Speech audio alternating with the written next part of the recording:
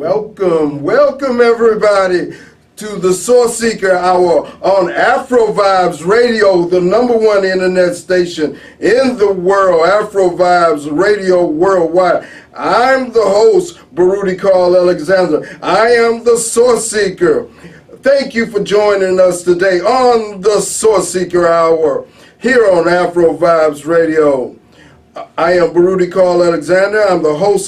I'm the author of 7 books, including The Profound, Obama the Extraterrestrial, and The Spirited, Seeking the Heart, and The Sword, available on Amazon.com. I'm also the creator of the Brain Source Game Show, the game show of science and geography. Look for it on our YouTube channel. Thank you, everybody, for joining us on the Sourceseeker Hour. Today, our theme will be, who will be the next generational leader in this age of Donald Trump, a very precarious age? What is a generational leader? A generational leader brings about a new era of progress, energy, and perspective. This person could come from any industry. He can be young or old, man or woman, many different types of generational leaders. Mahatma Gandhi was a generational leader. John Kennedy was a generational leader. Martin Luther King was a generational leader. Barack Obama surely was a generational leader. We seek to have a discussion on who might be the next generational leader in this day and age. We have a great show looking forward for you. Today, our guest will be educational consultant, Brother Nelson David Green of Educational Concepts. He's been an educator for 32 years, 14 as an administrator out in our community. He started his own business, Educational Consultants, in 1999, and now he is the author of Fathers and Sons, A Journey with My Seeds, which is a great and an informative book. We are going to have a great show today. Thank you for joining us on Afro Vibes Radio Worldwide. I am the Sourceseeker, and this is the Sourceseeker Hour. Sourceseeker is a media community. We write books, we sell books, we make videos. The Sourceseeker Hour will discuss current events, politics, and things relevant in society in an intellectual and profound discussion. This is the Sourceseeker Hour on Afro Vibes Radio, the #1 internet station in the world. Thank you for joining us. We're going to go right into our discussion today. Brother Nelson Green, how you doing? I'm doing great. Oh, thank you for joining us today. Inviting me to speak today. Yes, sir. Yes, sir. Well, profound seeks out profound. Thank you, my brother. Yes, sir. When you look around the landscape of the world, what do you see in the possibility of leaders coming up in this precarious time that we have right now? Well, I see a lot of young brothers. I see a lot of athletes and entertainers who are becoming activists and becoming more involved with the day-to-day things that are going on in our society. Do you believe they have the combinations that it takes to take it to the next level, such as wisdom or intelligence, such as boldness, such as dedication? Do you see those possibilities of anybody out there? Because it took a great work for people like Martin Luther King to be steadfast in what they were trying to achieve. I do. Society has changed a lot, and during the times of Martin Luther King, Malcolm X, we as a people were still oppressed to the point to where we were afraid to speak. Yes. But this generation of young people, they're bold. They're not afraid. And you can't just tell them anything and they buy it. But I must mention that there were some very bold people in those particular days, but they were in a lot of ways snuffed out. They were stopped. I mean, if you even go back to Huey Newton and Bobby Seale, they started their movement at a very young age. Fred Hampton was a young man. But all of those things, they came up against obstacles and they were snuffed out. What can change in this particular day and age? Well, I think with some of the leaders that you mentioned, they got caught up in some of the societal ills, drugs,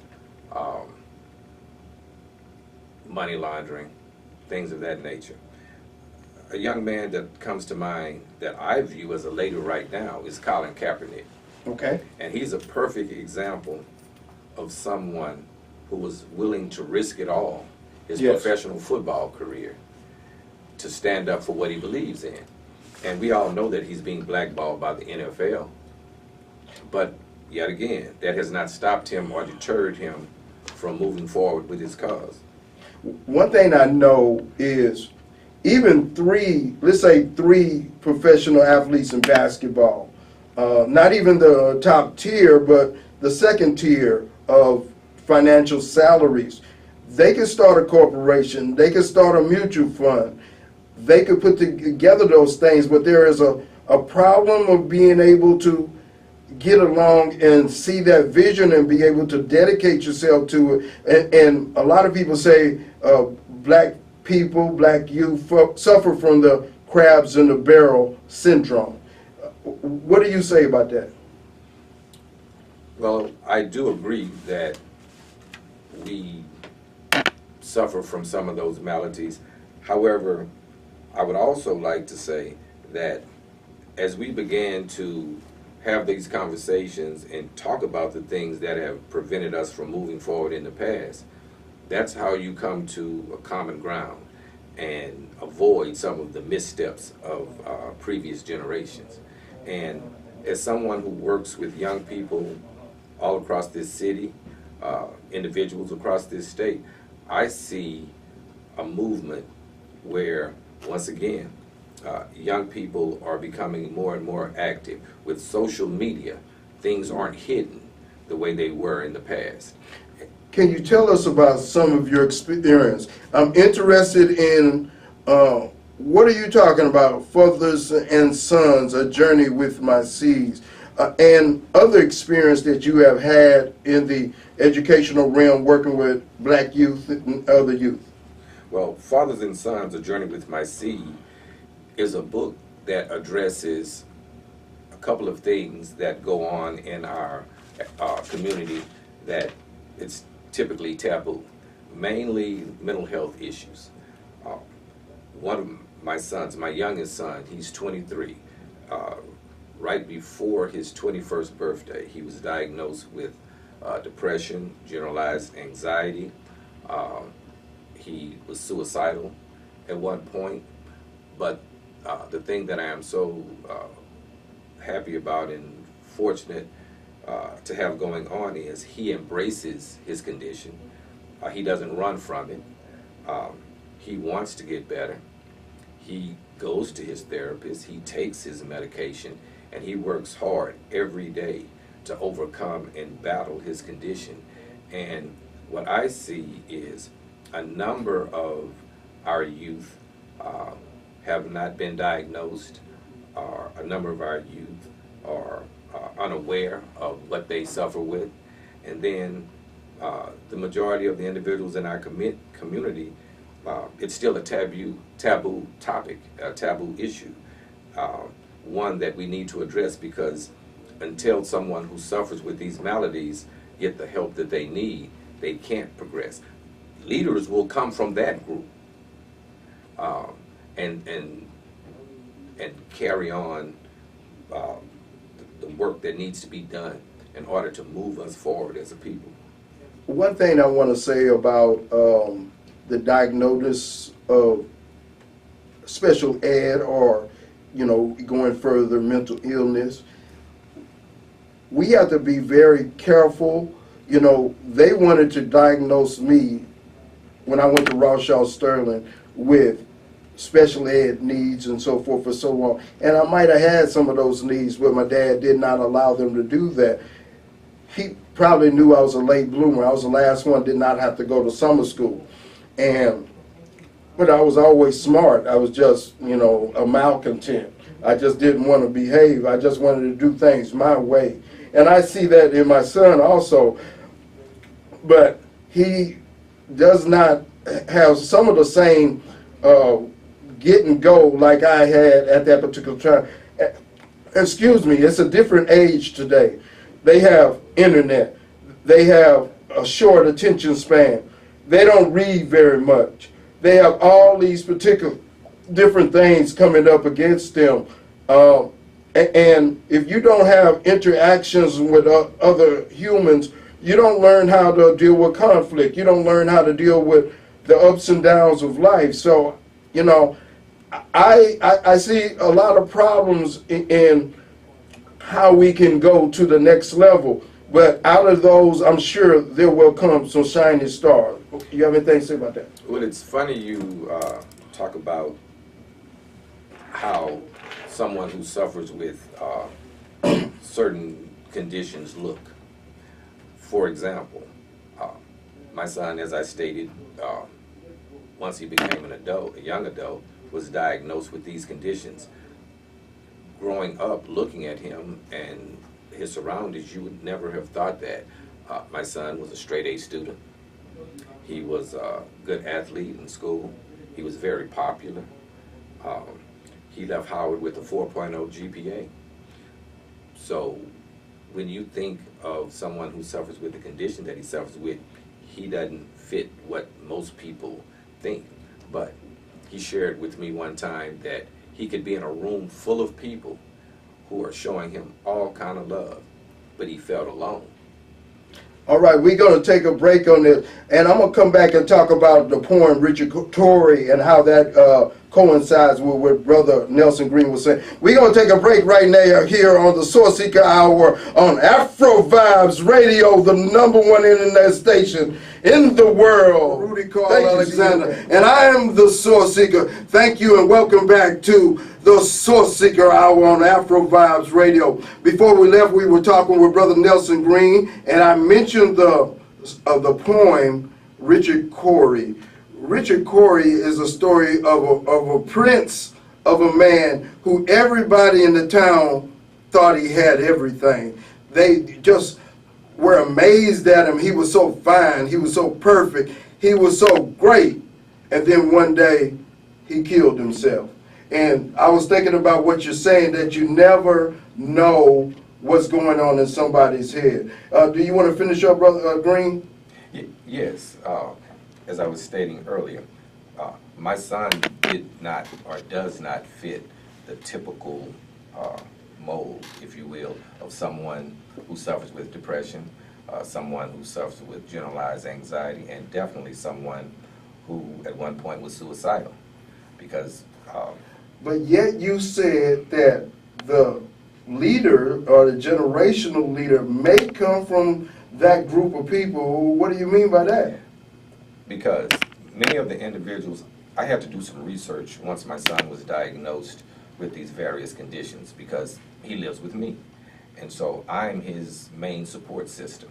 So I had to learn the do's and don'ts of dealing with individuals who suffer with those conditions. And one of the things that I found out in doing that is some of the characteristics that they possess. And one of those characteristics is empathy. They feel a lot of empathy for people. And that's one of the characteristics that a leader has to have. They have to be able to put themselves in the place of someone else and feel what they're feeling in order to be able to address some of the things that we're faced with. All right, thank you. At this time, I want to introduce a special guest. Brother Pastor Reverend Aswad Walker has come into the building. Thank you very much, brother. Let me tell you a little bit about this brother. Yes, he is the pastor of the Shrine Christian Center of Houston, also known as Shrine of Black Madonna. He's a writer at the Defender Network, a freelance writer on BET on Black Productions, a lecturer at the University of Houston. He studied at Emory University. He studied at the University of Texas. He went to Willow Ridge High School. We're not going to hold that against him. And he also is from Cincinnati of the Bengals. Yes, thank you, brother, for showing up today. How you doing today? I'm doing great, man. Thanks for having me, brother. Oh, yes, thank you. Thank you for being here with us. And our discussion today is what makes a generational leader, and is there a generational leader that may come about, may be out there already? What are the qualifications that makes a generational leader? Do you have a intro comment on that? It's a combination of attributes. Brother Man said you have to have empathy, and another way of putting that is you have to have a heart for people and a heart for service. And the generational leaders that I looked at from the past always came at it from the perspective of servant leadership. How can I serve the people, not how can the people serve me? Another aspect of being an effective generational leader is somebody who is fluid. They are not so stuck and tied to tradition that they can't change and flow with the changing times. So they are lifelong learners. They are unafraid of failure. They fail, they mess up, they get back up, they learn from their mistakes, and they apply that knowledge to their movement going forward. But they're never, ever stuck. And they recognize that what happened yesterday or what worked yesterday may not work today, and it may not work tomorrow. And so they are unafraid to make those difficult decisions to make changes to their institutions or to their movements, when most people want to stay tied to tradition simply because it worked yesterday. So they have a combination of courage, empathy, fluidity, and a heart for service.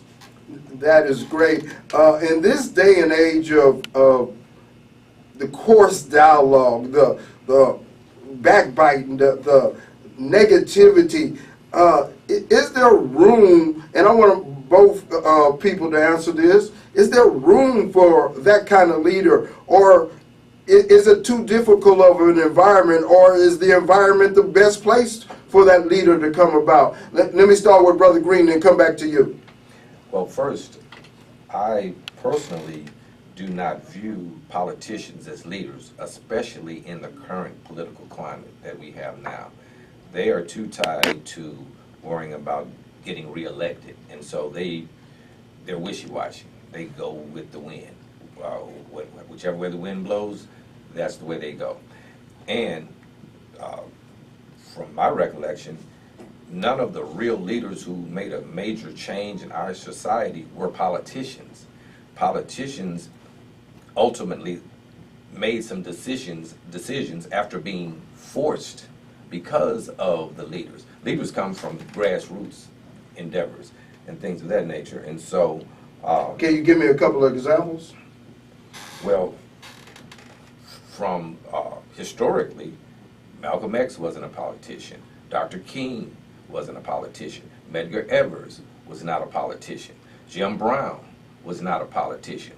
Dick Gregory. I could go on and on about individuals who stood up for something and had a call to our people to stand up, and none of them were politicians. Politicians ultimately had to listen to them, but the politicians aren't the ones who generated the change.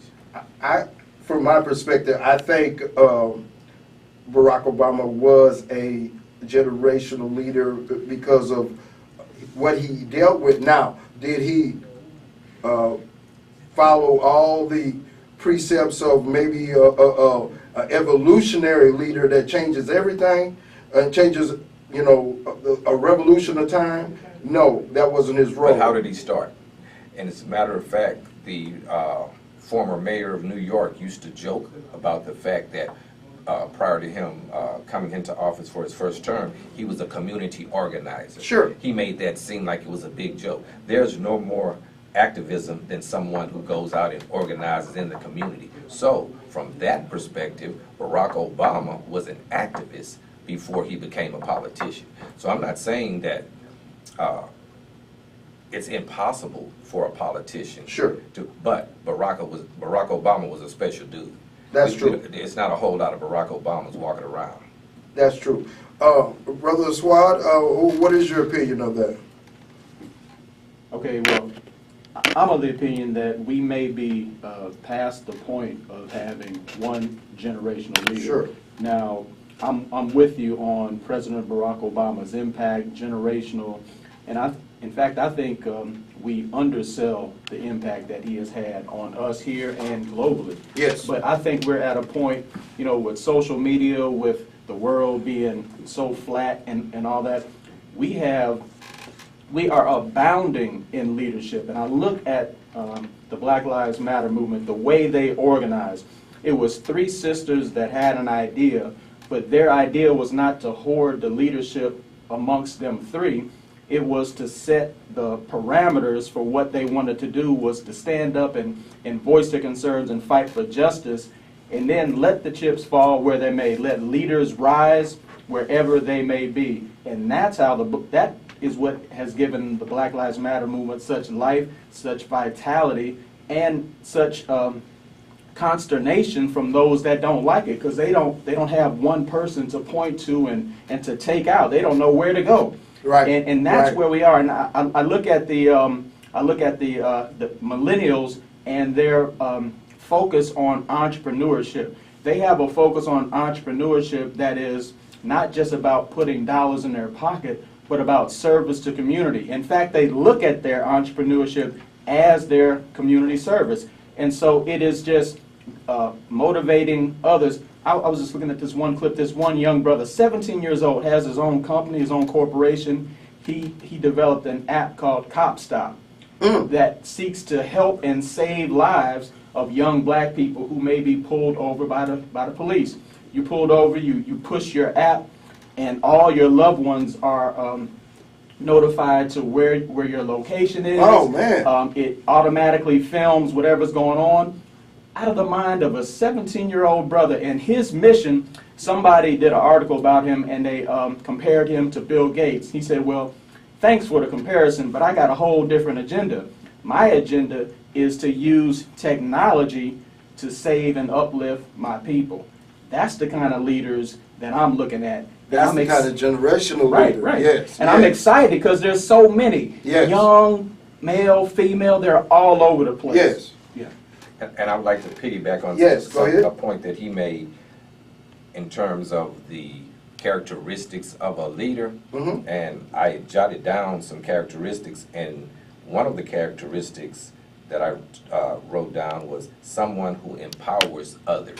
And so when he spoke about the sisters who started the Black Lives Matter movement, that's what they did. They empowered others, and that's what a generational leader does. That they don't hoard the power for themselves.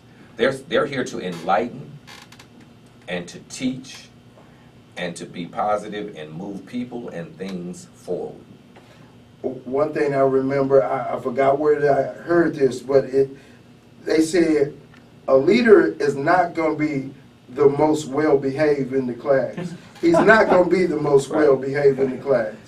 I believe I heard that somewhere. Is that a plug for yourself? That's a plug for Baruti. He's describing himself. Absolutely. Yes. Also, a leader is going to be a nonconformist. If everything was okay, you wouldn't need somebody to come up and point things out that are going wrong. Hey, what's happening here? No. That's what a nonconformist, that's what a new generational leader is going to do. They may have different methods, different ways, but it's not just somebody who's a rebel rouser, it's somebody with a plan. Right. And speaking to that nonconformist, yes, because in the minds of black people for so long, our leaders were those who had the best rap, who were the best orators in the community. But I am so excited. Or the most well-dressed, the best looking.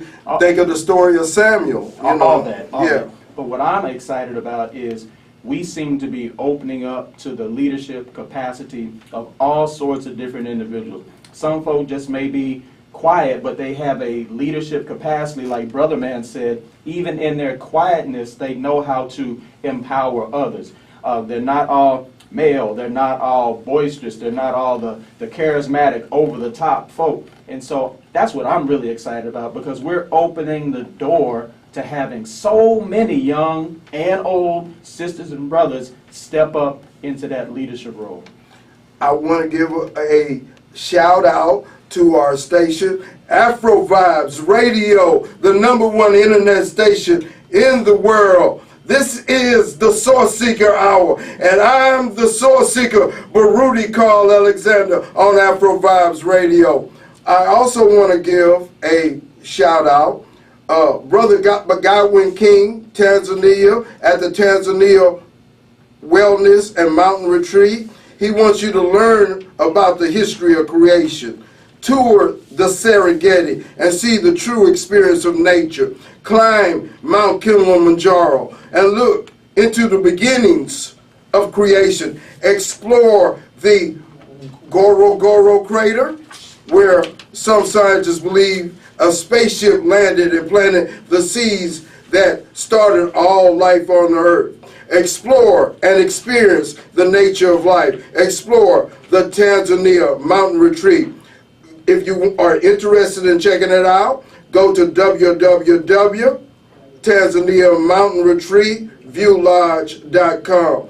It's a great mission to go to that part of Africa. I went there myself, and it was a great experience. I'll tell everybody about it another time. But this is the Sourceseeker Hour on Afro Vibes Radio worldwide, the #1 internet station in the world. I'm your host, Baruti Carl Alexander, and I'm the Sourceseeker. And we're having a great conversation today. We're talking with two educated brothers who lead young men, who teach young men, who have children themselves, as I do. And we're having a great conversation about what it takes to be a leader. What does it take in this age of Trump, this precarious time where a young black man can be in the wrong place at the wrong time and the wrong thing can happen?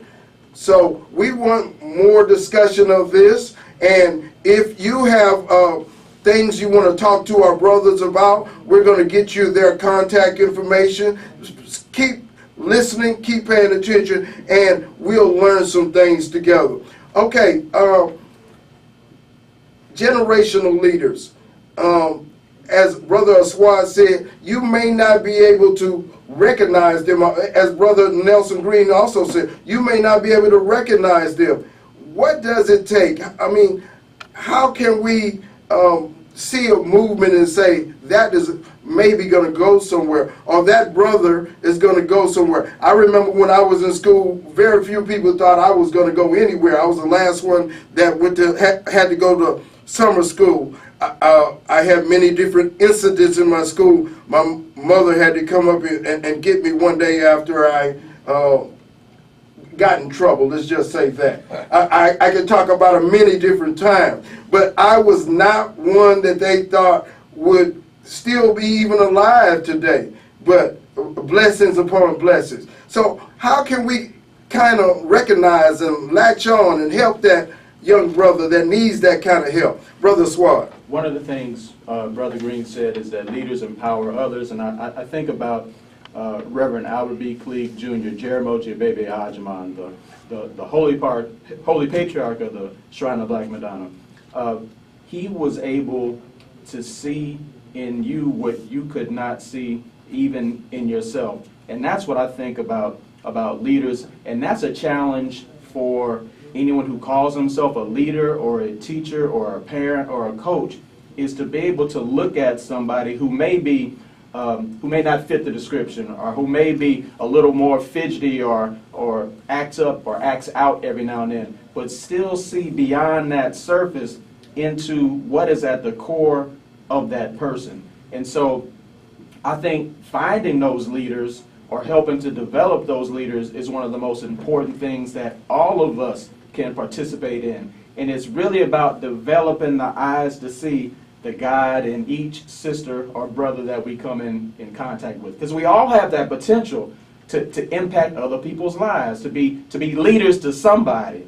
And so, and I just want to say something real quick, because you mentioned a few minutes ago, you said in this really toxic world that we're living in right Yes, now, sir. where the political discourse is crazy, is this even the time or place to even have, these leaders come up? I think it's the best time, because it will be revealed. You see how these white supremacists are just being so much more comfortable in showing their hatred and their ignorance and all that, and their vitriol just in their conversations, in their domestic terrorist activities, and all that matters. And so you have some sister or brother that stands up, and they come with empathy and love, and like you said, not only that, but they have a plan. They have a plan of action for moving from idea to action.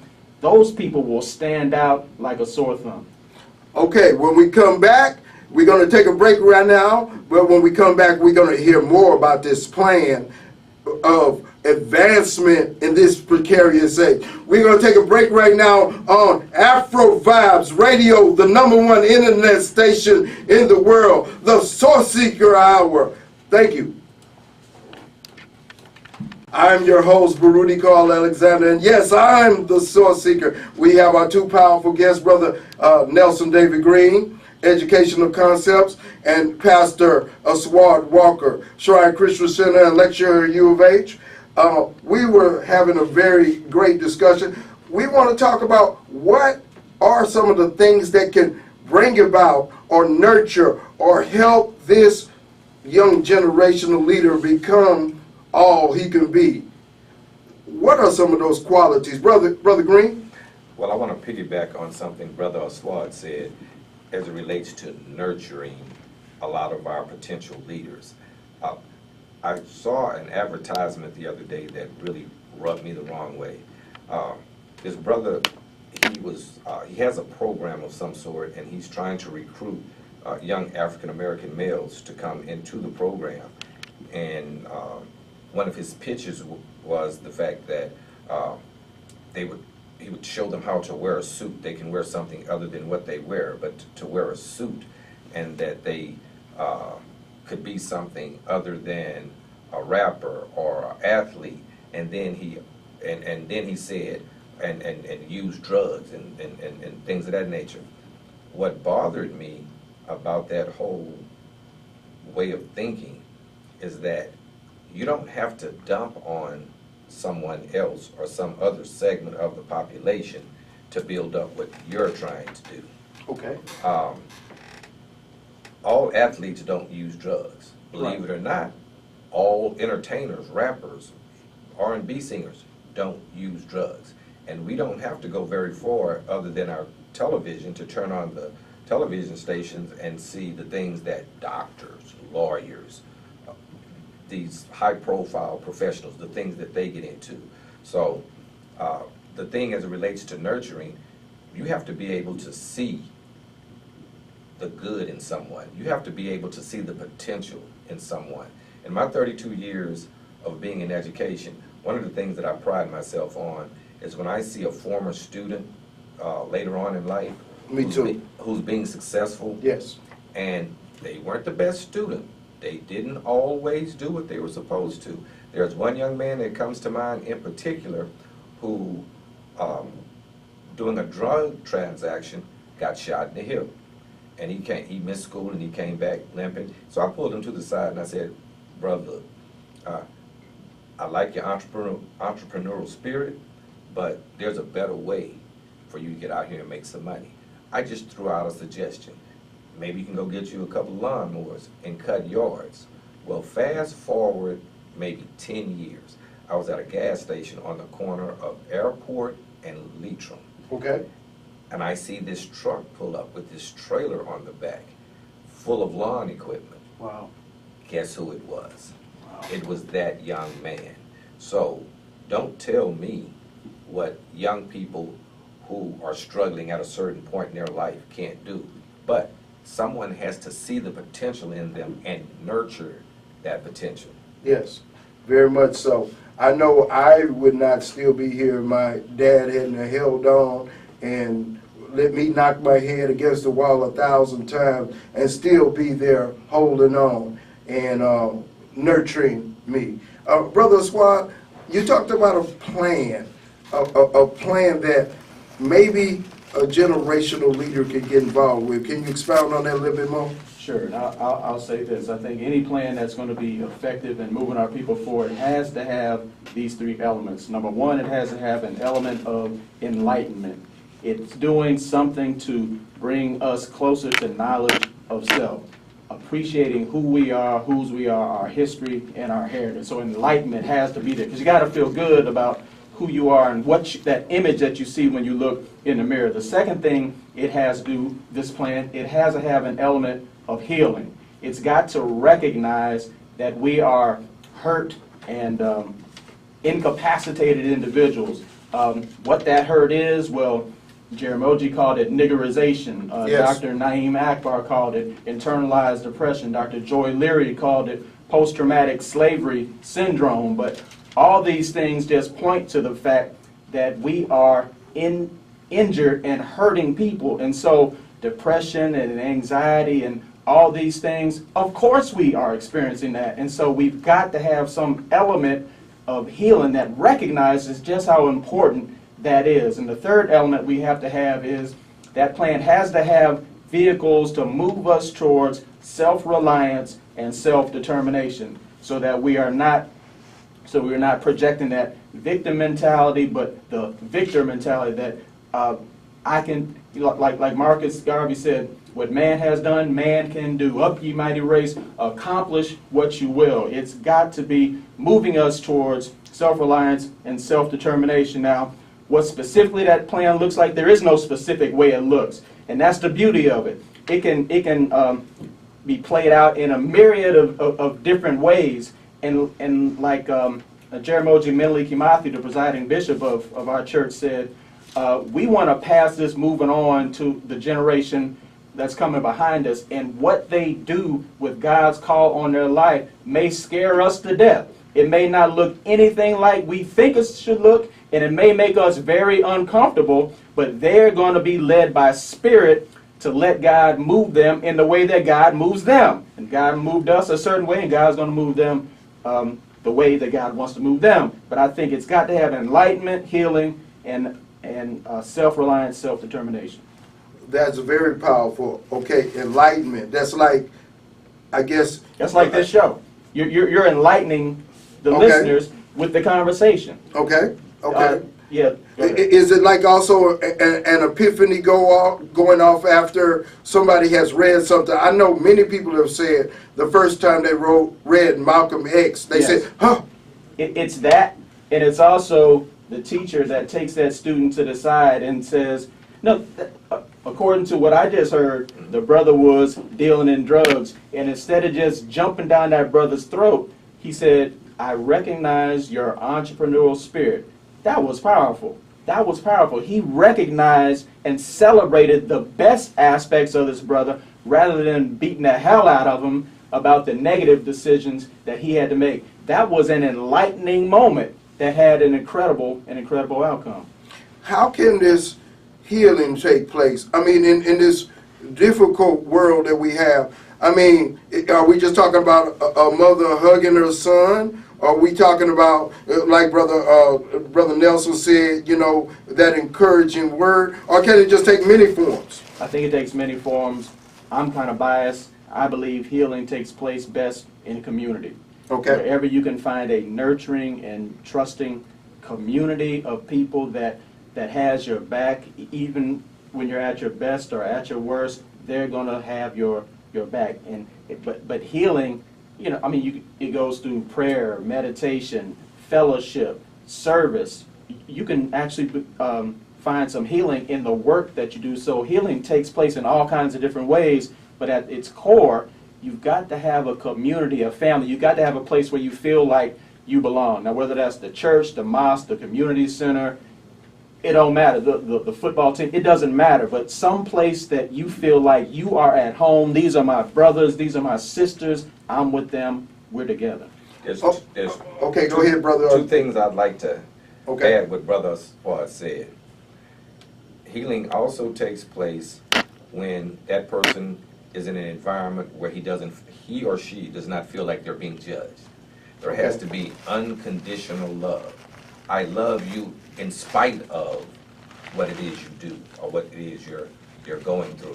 Let me just cut in. That is a very difficult thing in this world. I wrote an article one time that said stereotyping is a part of life. And now, in a larger setting, let's say in a classroom, you're going to come across stereotyping. You're going to come across people that don't want to nurture you. So, again, you got bullies in the world. I mean, I don't care where you are. Even at our age, we can still come across a bully. So how can we still nurture that healing in a world that has that kind of difficulty? That person's a bully for a reason. That person needs nurturing. That person needs unconditional love. Because if you ever sit down and talk to a bully, they're hurting. And that's just their way of acting out to mask that hurt. And so, once again, that bully needs the same love, that same attention as the individuals that he or she is bullying. Another thing I'd like to add as it relates to healing, we have to, and especially as a African community, an African American community, a minority community, we have to be willing to look in the mirror and accept and be honest about what and who is looking back at us. True. Very true. Because until we are able to come to grips with who we are and how we are, we cannot begin to heal the things that are hurting us. I agree with that. Can I make one last question? Vehicles for self, are we talking about financial? Are we talking about some kind of program that people could connect to?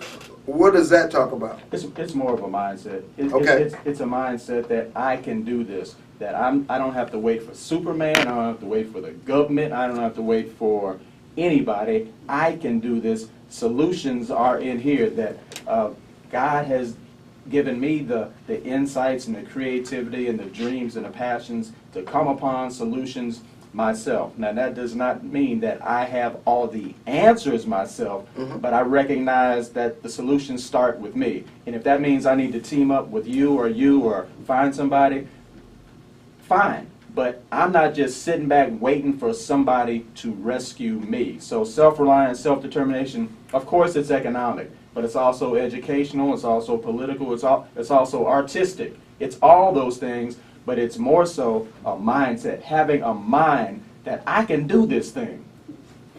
I've been talking about recently, and since a while, I'll say, we have to build a small circle starting with ourselves and our family, and then touch other circles and your circle will grow, and then touch another circle and your circle will grow. And that's where you can start a strong circle. So if this organization is building a strong, nurturing environment and can mix with another like-minded organization that is progressing and moving forward, you have a stronger unit. But in the past, we have been saddled with a crabs in the barrel syndrome. If we can get past that, we can progress and move forward. Okay, we're going to wrap up about our discussion of a young generational leader. Can we talk about who are some of the potentialities? I see Chance out there. He's doing creative things. I see Brother Nelson Green mentioned Colin Kaepernick. Who are some of the people that you see that have some potential? Brother Aswad? I see an army of social commentators out there, Angela Rye, Simone Sanders, and others. I look at them because they give voice to the pain of the people. But really, most of the ones that I see are folk who, I'm ashamed to say this, I don't even remember their names. I read articles about these people, whether they're young or whether they're old or just young at heart, doing great things to be nurturing, to be self-reliant, to offer healing to others. There are thousands, and all we get are the negative news and negative images about who we are and what we're doing or what we're not doing, But we just got to do more work to find those people that are doing great work, and we need to celebrate them ourselves. People like Donald Glover, who's producer of Atlanta, and of course Lena Waithe, who wrote The Shy, and Ava DuVernay, and all of them. Ryan Coogler, Black Panther, Black Panther, yes. Fruitvale Station, yeah. A whole lot of people out there. Do you want to add in anything, Brother Nelson? I guess in my capacity as a coach, I'm always around athletes and talking about athletes, but you have a brother like Brandon Marshall, who, because of his own issues with mental health issues, he is a spokesman for mental health. Mos Def, who's a rapper. The mighty Mos Def. Absolutely. Kendrick Lamar. So as the brother stated earlier, there's a plethora of individuals who have the potential to be leaders. And the beautiful thing is they have the platform for it, because that's another crucial component of being a leader. Not only having that platform, but using that platform for positive. Yes. And so I see a lot of young brothers and sisters out here doing some things that are putting them in a position to really make a positive difference. That's a great thing. We are just about finished up. Other issues that we are going to talk about down the line are different type of learning styles of youth and how we learn. Do we learn from the left side? Do we learn from the right side? Are we holistic? All those things can factor in, because what is the world that they're looking at, and how does the world judge them? I do what are called IEPs and ARDs, and there are certain things, certain measurements that they use to measure, that they use to say, okay, this person could do this person could do that. And is that a correct measurement? Is that a fair measurement? Is that a measurement that'll really tell the story? Well, these are other issues. Keep paying attention to the Sourceseeker Hour on Afro Vibes Radio, the #1 internet station in the world. I'm your host, Baruti Carl Alexander, and I'm the Sourceseeker here on Afro Vibes Radio, the #1 internet station in the world. Thank you, everybody, for joining me. At this time, before we leave, we want to get contact information from our guests. Please share. If anybody wants to argue with you, talk with you, ask you a question, please share. Brother Aswad, how can somebody contact you? I'm on Facebook, Aswad Walker on Facebook. If you can email me, you can cuss me out, do whatever. Aswad60@hotmail.com. Every Friday at 2 p.m. on my Facebook page, we do a Facebook Live. It's called Conscious Conversations.